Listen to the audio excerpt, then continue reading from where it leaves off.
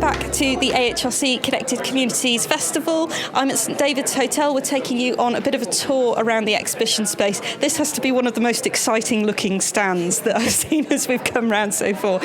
So, Dave, you're going to tell us a little bit about what you're doing here. If anybody was watching the live stream a bit earlier, they might be able to guess what you're doing. Yeah, that's right. Well, what we've got here, I think, is the first time that a very posh hotel like this has ever had an archaeological dig in it. And what we've got here is a virtual dig.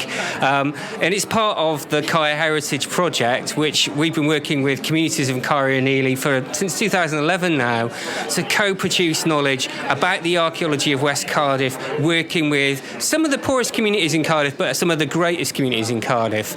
And in a way, this is a little showcase of what's a much bigger dig that's going on just up the road, a few miles away. There's a huge community dig going on that people can get involved in, involving community members and archaeologists from Cardiff Uni and a lot of other people.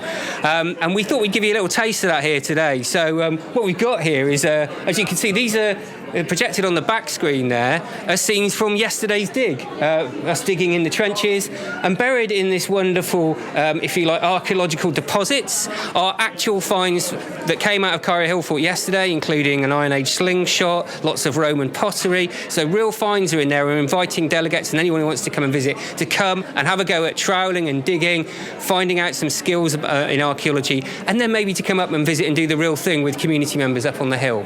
So the community members are actually, they're not just watching, they're getting their hands dirty and doing the digging. We're here actually showing delegates how to dig, Paul, and indeed then there's lots of other community members up on site, working alongside. And obviously it's very much a co-production project, has been from the outset. And it's not just about archaeology either. The jewel in the crown is this enormous, wonderful Iron Age hill fort, which doesn't have any signage, which no one in Cardiff knows about, and which we're trying to bring attention to. But through that, we're actually trying to bring attention to the great communities that live there and some of the issues that they're facing, and to provide those communities with new opportunities, hopefully life-changing opportunities. We work a lot with schools, but we also work with excluded young people and elderly people, to kind of, maybe build confidence and challenge some of the stigmas with that part of town with a positive story. Because that was once the power centre for Cardiff, back 2,500 years ago. That's all shifted down here to the bay now, but it's still a really important place, and those are really important communities.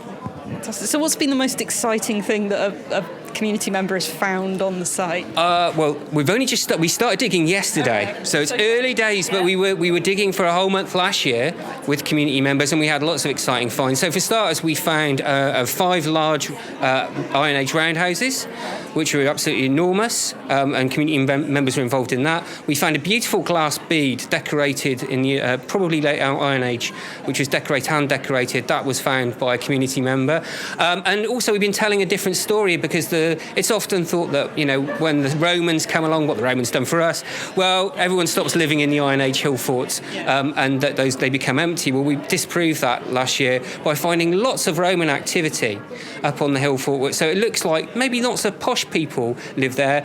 The posh people were living in a villa, which is now underneath the playground of one of the schools, but maybe the local people were living up there. And an interesting find yesterday, actually, which is if you were to try, because you might find it, is a lump of Roman mortar. Well, that suggests there might actually even be a Roman building up there, which we haven't found yet. So who knows? It's early days in the dig, and we're there for a whole 4 weeks. So people are welcome to come to Cardiff and visit and get involved. And we welcome and include everybody within our excavation, no matter how small their contribution. Wonderful. So where can they go to find out more about this and work out how to get involved, particularly if there's no signage? You can, obviously anyone with web access can search us on the web. Yeah. So it's caerheritage.com, so that's CAER heritage.com. And all of the information about the events and how to contact us and the locations are all on that website. We also have a great Facebook page, which is very, very active. We're on Twitter at CAER Heritage, so you can contact us via social media as well.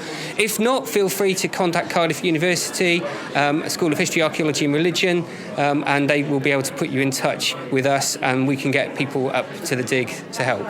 Fantastic. Now I'm going to try and see if I can challenge my camera assistant, do my best Keith Floyd impression, and say, can we do a bit of have a go and see what you've got in here? So what are you teaching people to do? I've never done anything like this. Okay. Well, can you pick up a trowel? I think I probably can. Yes, if I hold the microphone. So obviously, when we're digging with archaeology, we have to be very careful when we get down to the archaeological layers, and we need to take things a layer at a time, like this. So we very gently are pulling back like this, using that edge of the trowel, and we go back a layer at a time. And as we go back at a layer at a time, features tend to appear. So we may see, oh, there's a floor surface there, and then as the finds come out, you sometimes will feel it as you hit the hard find. Then you have to obviously just excavate around that very carefully and look, oh, what we've got here. And there it is. That's a piece of Roman pottery. Yeah. And that's interesting because you may not be able to see it, but there's a glaze on that which suggests that is actually Samian ware, which may be some of the posher pottery, which we haven't found up until now. Right. And that came out yesterday. So that maybe and that might be something to do with this piece of mortar that I was telling you about. Yeah. So obviously, if you're going gently, you will find these small artefacts. Yeah. And then, of course, we make a note of what context they came from so we can work out the stratigraphy, what layer, we can date them.